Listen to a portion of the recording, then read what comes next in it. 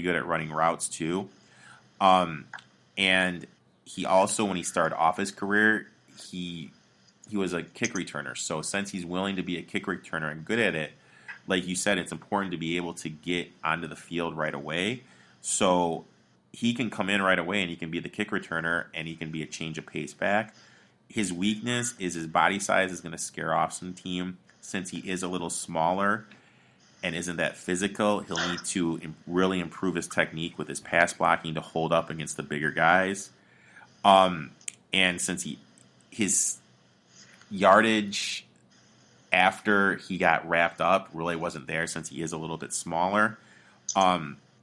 If he can find a team that can have an OC that will create where we'll put him in space with a lot of swing passes, just because of his speed and his home run ability, I think he'll flourish. Like a team like the Saints, like if the Saints take him in the 6th round, I think there'll be games where he'll just have those like 2 touchdown games out of nowhere. I think the Saints would be a perfect fit for him. Incredibly productive running back at App State. Perfect fit for him. All right, what defensive guy are you working with? I like the linebacker David Woodward out of Utah State. He's not getting any hype at all, really. I see him most times going 6th or 7th round in most mocks. Yeah. And I get it. He played at Utah State. He's a 6'2", 230 linebacker, not that big, not that athletic, which really isn't the name of the game. But, man, can he play? Like, he was just great at reading what the offense was doing and then taking great angles in pursuit, like, to make up for his lack of athleticism. Just a big fan. And the college production was there. Like, he, hold on 1 second. I had some stats to pull up about him. Give me 1 second. There's certain guys that are ball hawks, and he's just a ball hawk. Yeah. In 19 games, he had 227 tackles, 17 and a half for loss, and 7 sacks.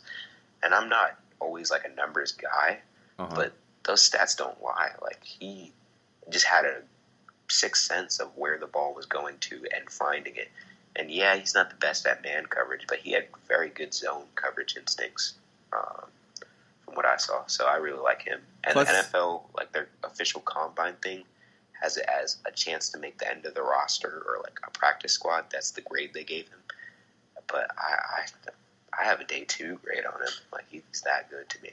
He's versatile. He can play inside. He can play outside. And I have in my notes right here, he's good at he can blitz too. So I mean, you have a zone guy and a guy that can blitz. I like him. I think he can be a good fit too.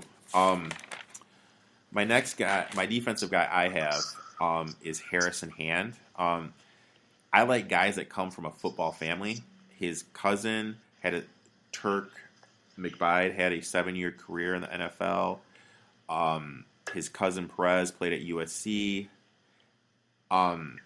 He was the number rated DB in New Jersey his senior year. He went to Baylor, but when Brown, the coach, left to go to Temple, he followed him there. Hand is a physical back. He's great at defending, great in the screen game, good in zone coverage, very good eye discipline, great size, great athleticism. His defense is defending the long ball. He's not the best at backpedaling. And I watched a couple film sessions last week during my lockdown. That's how I've been spending my sessions, just watching film on guys. Temple really didn't use him in press coverage, which I really found weird with all his physical tools. I like him to be able to come in right away because he is physical and he can tackle and play zone and be the nickel guy in coverage. But I feel later on in his career, he's going to transition to safety more. Yeah, I could see that with his height and weight, physicality. Yeah, I think he's going to be a good find. I think he'll probably go like 4th round. I'm just looking at our draft board really quick. We got some guys that people were high on still on the board. We got Swift, Mims, Taylor, and McKinney still on the board. The reason I like to follow you is because your takes aren't cookie cutter. Like you can tell when people just read stuff and when people actually look at this stuff, and I feel you do the work. That's why I think they're like this, because I feel both you and I actually put the work in and actually use our own eyes and not other people's eyes. Yeah, I definitely appreciate that. I see you do like a lot of work and a lot of scouting. And your takes are, I agree with most of your takes, and it's not just about agreement, but I see that you put the time and the work ethic into it.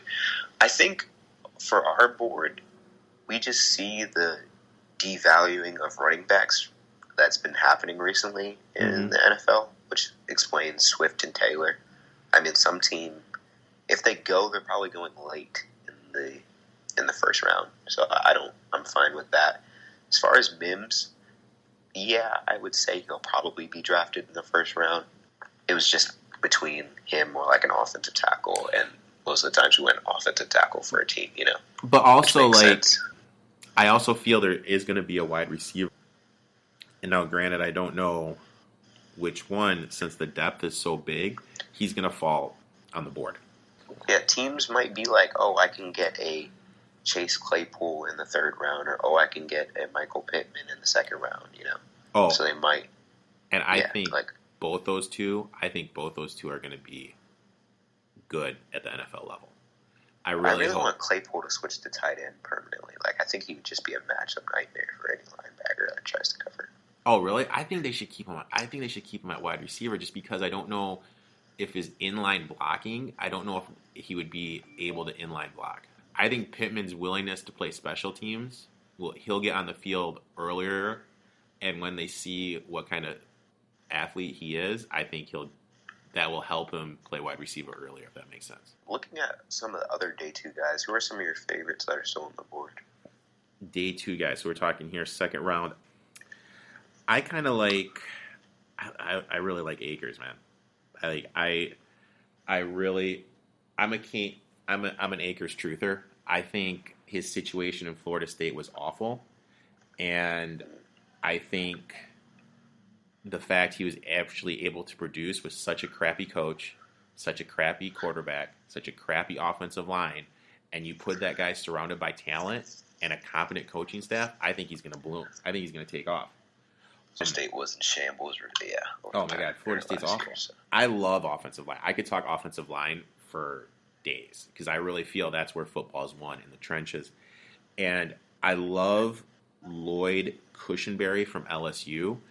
I feel a lot of people give Burrow the credit, and rightfully so, but the way Cushenberry was able to control that offensive line, get the reads out and everything out, because he was the quarterback of that offensive line, and Burrow barely got hit.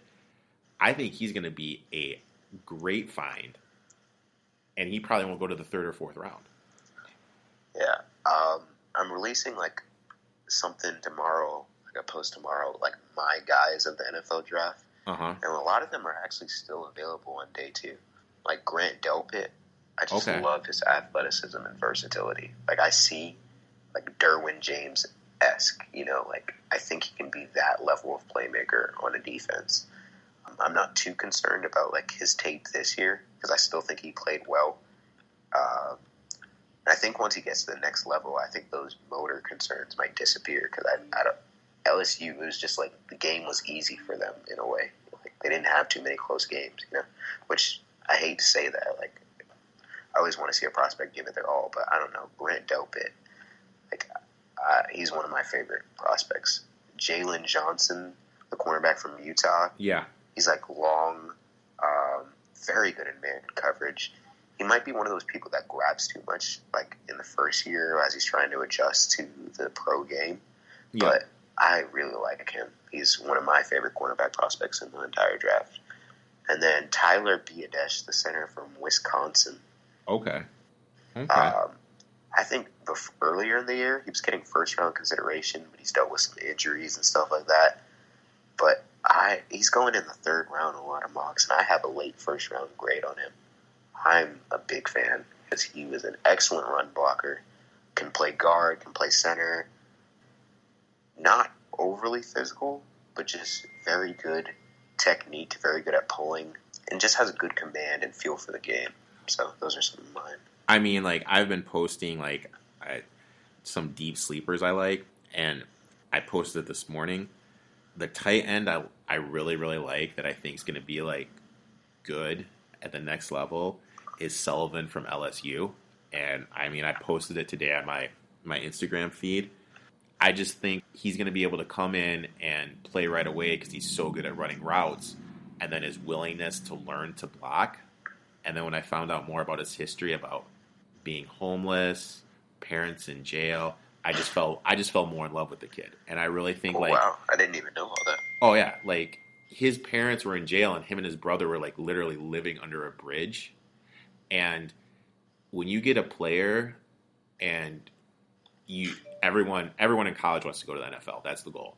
And you get a player that is willing to change positions his senior year, the unselfishness, that, and then you have the character to overcome having your parents go to jail and you and your older brother living under a bridge. Now, granted, like his youth football coach, like saw him one day and like after practice and like a family took him in and everything, and he wasn't homeless throughout his whole high school career. But when you're 10 and 11 to overcome that, I mean, dude, learning how to block is going to be effing simple. And you get him in a two tight end set. Oh, I mean, I love that kid.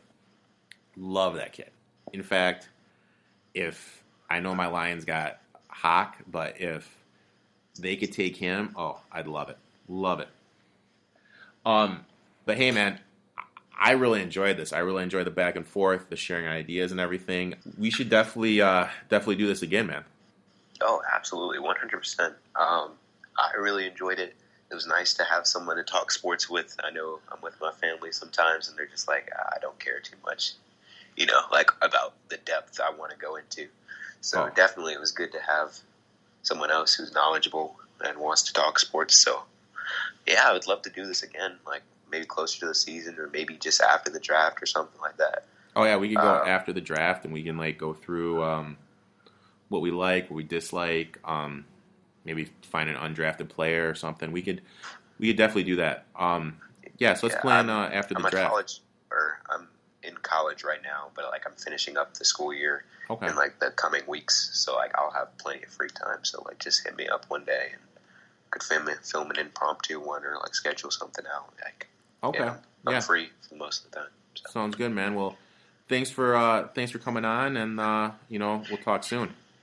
All right, sounds good. Talk to you, man. There you have it. Sterling from Silver Star Sports came on, and we just broke down the NFL draft, first round, gave a couple guys we like in the second round, and some deep sleepers. If you're not following them, go ahead, give him a follow. One of the best guys you can follow on social media, breaks everything down, real in-depth guy, knows what he's talking about. And him and I will be back, as we were just talking about, after the draft, and we'll break down picks and when teams got it right and when teams got it wrong. Until then, we'll talk to you guys later.